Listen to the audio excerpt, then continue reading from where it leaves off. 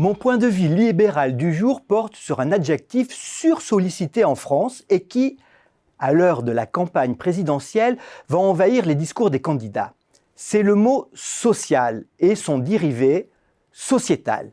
Ces termes sont ce qu'on appelle des mots fouines. Le mot fouine, c'est Friedrich Hayek qui en parle le mieux.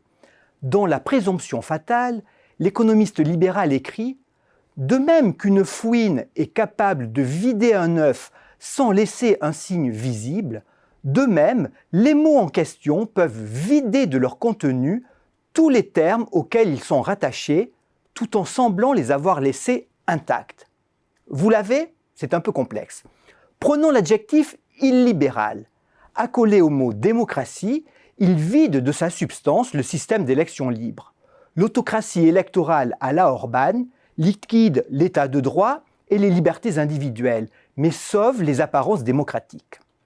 Alors d'où vient ce concept ? C'est Franklin Roosevelt, inspiré par Shakespeare, qui l'aurait inventé. À en croire ses archives, le futur président américain assure dans un discours dès 1916 « Si vous utilisez un mot fouine après un autre, il ne reste plus rien de cet autre. » Poursuivons avec Hayek.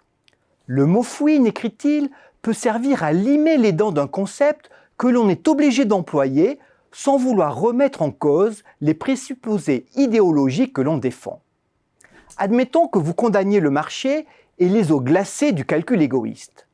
Sans réclamer la suppression du dit marché, n'est pas Brejnev qui veut, vous allez prôner une économie de marché sociale, solidaire et coopérative. En clair, un marché qui n'en est plus vraiment un, voilà un concept bien limé. Et le qualificatif social alors ? Pour Hayek, c'est le mot fouine par excellence, le plus commun, le plus sournois. L'auteur de La route de la servitude liste pas moins de 160 combinaisons avec d'autres mots, de A comme action sociale, à V comme volonté sociale, tous vidés de leur signification selon lui. Interprétation de l'économiste Thierry Aymar, grand spécialiste de Hayek, l'adjectif inhibe toute critique rationnelle en donnant une connotation sacralisée au terme associé. Et il ajoute « Cette technique permet de camoufler la défense d'intérêts privés ou corporatistes. C'est ainsi que les droits sociaux deviennent acquis. » C'est toujours trop abstrait ? Hayek ne l'est vraiment pas. Accoler social au mot justice. Et avec justice sociale, vous obtenez une justification de la redistribution fiscale la plus radicale. C'est tellement vrai qu'en France, justice sociale équivaut désormais, sans ambiguïté aucune, à hausse d'impôts. Souvenez-vous par exemple du budget de septembre 2012. Jean-Marc Ayrault, installé à Matignon par François Hollande, présente un budget, je le cite, de combat pour la justice sociale. Et il annonce d'un même souffle 20 milliards d'euros de prélèvements supplémentaires, un matraquage sans précédent.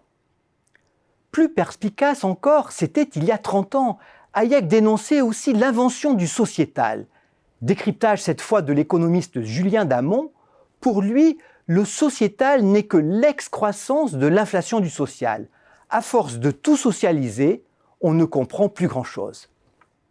La campagne débute à peine, mais observez, écoutez, une fouine chuchote à l'oreille de chaque candidat.